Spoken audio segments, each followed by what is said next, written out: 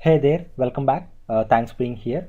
So, in our previous lecture, we have seen a little introduction about WireMock as a tool. We have understood theoretically how WireMock is gonna process the steps that we are going to create, and what are the features of a WireMock, and what are the advantages that we are going to experience when we use WireMock in our projects. Now, without a delay, I would like to just get into the practical implementation of it. So let's just go through their documentation and download what files that are really required, and then just do a little bit of testing by using the Postman. So in order to just download this WireMock, so let me just navigate to their official documentation. So WireMock documentation. So if you click there, so the first suggestion that you're going to get is from the WireMock team. So the documentation that you are seeing right in front of my screen is actually a very decently documented one. I believe that even a novice can actually go through and do some setup and do some sort of testing to an extent at least, because that beautiful this documentation is given. And now before we walk through this document, I would like to make this very crystal clear that so initially we would do a play around manual testing. So we will just download this standalone jar, because I already told you that WireMock can operate in two means. So one, you can have it as a standalone server by downloading the jar and starting the server in your local, and on the other hand, you can also add the Maven dependencies, like you have a Java dependencies. So with that, you can actually add it to your pom.xml and work with it. Even the standalone jar can be started from a Java program, but in order to have a good understanding, so I would like to stick to the manual testing at least for a few videos, and then we'll jump on to automation. Yeah, I think that is a good plan for all of us to learn far better. So now you can actually read through this document to understand like what is a WireMock. So WireMock is basically HTTP mock server. It simulates your API calls and it just gives you the response when there is a matching URL present and all that you can go through. So since I've just mentioned that we are going to see how to do a manual testing around it, so I've just clicked on the running as a standalone process. So if you come to this section, you can see you need to download a standalone jar file. So this standalone jar file should be downloaded to your local. So with this file, we can actually start our WireMock server in a specific port or in the default port, and from there we can get into the Postman and create stubs and get the stub that we've created and list all the stubs that are present, and we can edit the stub and we can delete the stub, and you can do some kind of prioritization, you can do some proxying, so that we will learn in our future videos. So now at this point in time, I would like you guys to quickly download this one. So when you click this URL, so you will see a jar file being downloaded to your local. So since I have already downloaded a one, so I'm not gonna download it again. And once you have downloaded, so this is the command java-jar wiremock-standalone- the version 2.27.0.jar is the command that will actually help you to launch your WireMock server. Okay, so let me get to the portion of my local host where the WireMock standalone jar was already downloaded. So I have had a version which is 2.26.3, a bit older than what is actually present in the website, but still that would be fine for our learnings. So now what I do, I would just start a command prompt from this directory, and then I would start a WireMock server by running the command what we have learned from the documentation, java-jar and WireMock. You just give tab, so it recognizes your file. So this is the way that you can start a WireMock server. So when you run this command, so WireMock would be started in your default port, which is 8080, but in my system, in my local, I'm already consuming that port. I'm using that port for my Jenkins server, so that is the reason I would like to configure my WireMock to another server. So if at all you wanted to customize your port, so please do add this particular option -- port, and mention the port where you wanted to start your WireMock. So if at all you are interested to run in your default port, this command would do. Wiremock will start and you will be able to hit. If at all you wanted to run in a customized port, just mention the port, and 8081 is the port that I would like to run. So just hit enter. You would see the jar file is being invoked, and you can see the wiremock instance has been created and the port number 8081. And you can see other options as verbose and no request journal and all. So verbose is basically a logging enablement. So as long as you enable the verbose, you can see more debugging messages as well. So that will help you to troubleshoot your failures. And one interesting thing is that the moment I start wiremock server, you can see couple of directories got generated. One is mappings and another one is __ files. So I think if you had gone through my previous video, you would have had a question like I was using the word mappings every now and then. So now you would have got an essential idea, so where this repository exists. So the mapping folder is ideally created within the wiremock jar file where it resides. So mappings is the folder where you actually create a stub. So whatever the stub, you already know that stub is a contract where the request body and the response body are present. So when there is a specific match that is mentioned in the request, so particular response would be served. So that particular stub should be kept in a mappings folder. Right now if you go inside, so no mapping, no stub is created. We haven't created a one. So that is the reason you see this folder empty.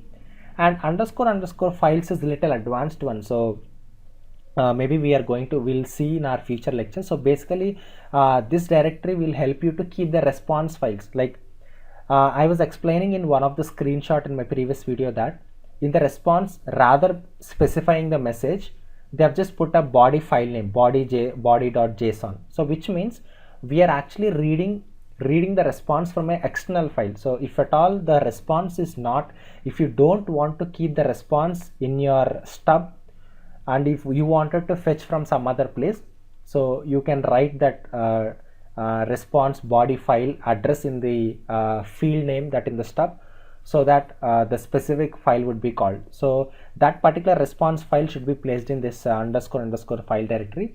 So no problem guys, if you cannot, if it is not making much sense, so we would see this practically. That is how you can decipher better. So the whole idea is to understand that there are two folders got generated, and one is to keep the stubs and another one is to keep the stub files that are only responsible for response files. Yeah, that's the understanding. So now let us understand how to create a stub. Now we got where to keep the stubs, but how to create a stub? So there are multiple ways that we can create a stub. So one, through Java program, you can write a program and create a stub dynamically, and you can create through Postman. So there are specific endpoints given, so where you can actually hit that endpoint with the respective HTTP method, and then you can create a stub. On the other hand, if you are very good at writing JSON structure, you can just write it in a notepad file and save it as a .json file and keep it in the mappings directory, so that when there is a particular URL matches, it gives this. So there are three ways to create, but it is really good practice to start from Postman. So now let us just get into the Postman and understand how to create the stub. Yeah, so before going into the Postman, I would like to visit the documentation again, because we would be creating a stub based on the documentation. So if you see this particular command line options, like when you're running as a standalone process, these are the various other commands which can also be used. Like if you wanted to disable HTTP and you wanted to only enable HTTPS, you need to do that. And if you wanted to run through HTTPS and the specific port, you can mention. And if you are working with Java key store in your key store repository, you can actually put your key store and key passwords, so that when you are working with SSL and SSH calls, it enables you to hit that without any error. And there are a lot of other options like verbose, I was telling, just to enable the log level to the std out, standard output stream. And there are a lot of other options as well, but these are quite advanced one. We are not going to see all of them. If something is really necessary, if something that comes, we'll just touch upon. Yeah, so now if you come down a bit, you can see something called stubbing. So let us just navigate to this page to see what is present here. So the idea here is just they are explaining like how to do a basic stubbing. So as I was explaining, like stub can be created based upon Java snippet, or you can also do it by keeping the contract by hitting the this is the manual testing. Yeah. So if you actually read this document, what they're saying in the sense in the documentation, so the following code configure a response with status as 200 to be returned when the relative URL matches a some/thing. So when a user is making a call to /some/thing, and with the content type with the text as plain and with the body hello world, and he should receive a status code as 200, and if the endpoint is something else, he should receive a 404 because endpoint is not found. So this is how you create through programming. But if you ask me like how this can be created through Postman, and this is where we need to be looking at. So if you see, there is an endpoint given http :/ the host means your local host, and the port number in which your WireMock is running, and //admin and // mapping is your path parameter, is your context URL. So if you do a post call to this particular endpoint with this as a body message, you can create a stub. So ideally what this stub is meaning in the sense, so in the request you have couple of things like what is the HTTP method and what is the URL they're trying to hit. When there is a match as per the request parameters, if the method is get and if the URL is this, you would essentially see this response back from this stub. That is what all about. And you can also see if you are not interested to create it through Postman, you can also place this file with a .json extension and the mapping directory. I've already explained you that the third way of creating a stub is to just keep your JSON file in the mappings directory and then hit the endpoint. So you will actually see. Yeah. So now without a delay, let us just create a sample stub message and see how it really works. Yeah. So I've just created a collection called a WireMock practice. So in this thing, I will just add a request. I would name this as a create mapping, because we would use this particular endpoint just only to create mappings. So I will just save it, and you can see one particular request got saved. And I will also create another request. This is to verify stub. Whatever the stub that we are creating, I need to verify whether it is actually giving me the proper response or not. So this is verify stub. So this request name is verify stub. Yeah. So now let's create the mapping. So based on the documentation, so they are telling me to just go to this thing. So let me write down this thing. So http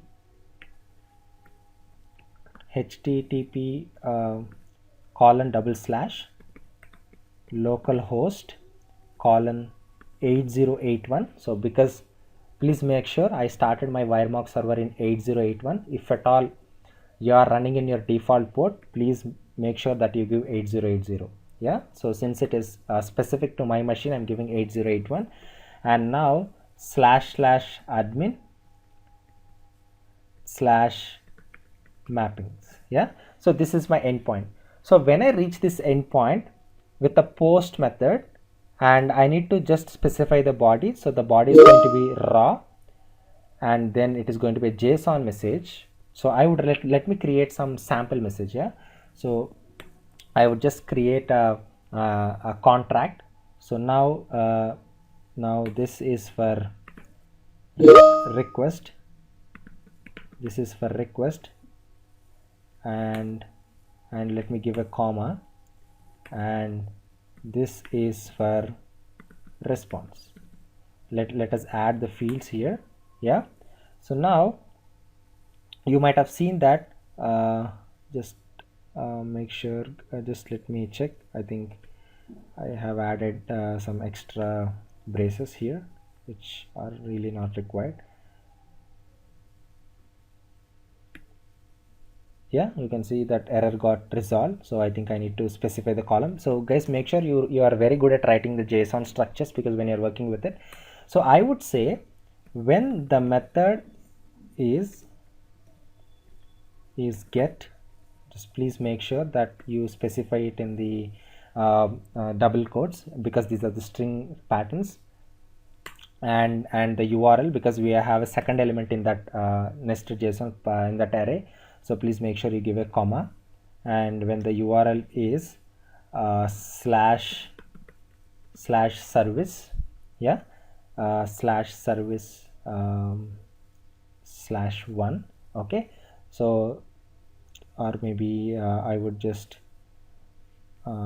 yeah, maybe slash, let us give a meaningful name, and yeah, maybe slash student1.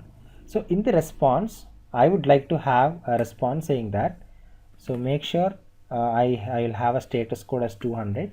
So 200, since it is a numeric value, just make sure you don't give it in string, so that is fine. And now what I would like to see, I wanted to configure body as or some string, so this is student1, yeah. And I would like to see the status message as well, status message.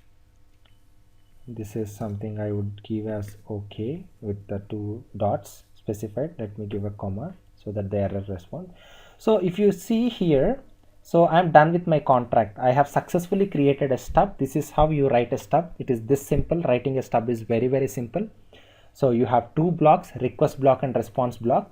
So request block is all about what are the prerequisites and what are the endpoints that you should be reaching, and response is something what you will expect, like the moment when you process your request, and this is what you should hear back. And now I'm not actually testing the stub, I'm creating a stub now. So let me just hit send and see what happens.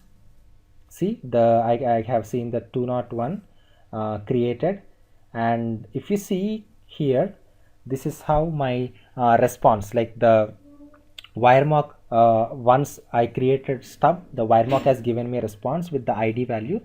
So this ID value is very unique to each and every stub, because each and every stub has its own ID value basis which you can identify one. And you can see this is how the contract is written. Student1 is my URL and method is this, and response fields are this one, yeah. And now let us verify this one, whether this is working or not. So now I wanted to test this particular, when I test this endpoint student/1, let me verify this is coming or not. So I'll go to verify stub, and I will make a call to my wiremark server, localhost :8081, and this time, since I've already created a stub, I need not reach the slash underscore admin slash mappings. So my new API would be student/1, because if you see, I have created a stub for this URL. Let me check when I hit this URL with the get method, I am receiving this response or not. Yeah, that's what the understanding. So the method is get and the endpoint is this one, and I'm just hitting send without a delay, and let's see the response. So this is student1 and the status is 200, and the status message is okay with couple of dots, couple of periods. So this is how you actually create a stub and you can verify stub. So in the upcoming video, we'll see how to get a particular stub with the help of ID and how to get all the stubs. And in the coming lectures, I will also see how to use a regular expression, like how to do a pattern matching. Like I wanted to ensure that instead of mentioning the whole thing, I wanted to just give a partial matching. So how do you respond? And we'll also see how the prioritization goes. So because the video is going a bit lengthier, I don't want to make this video overloaded, because overwhelming of learning will not help us, so will not take us anywhere. So just focus till this moment, guys. So if I were to summarize, we have gone through the documentation, we have downloaded the standalone jar, and we have understood how to start that one, and then we have created a basic stub from Postman. By going through their documentation, I have shown you how to create a stub as well and how to verify. So that's it for this video, guys. I hope you have a great learning here. Thank you so much. Please subscribe to my channel and like this video if you really have learned something here. Thank you so much for listening me throughout, and a feedback would really help and it means a lot to improvise myself. You have a great rest of today.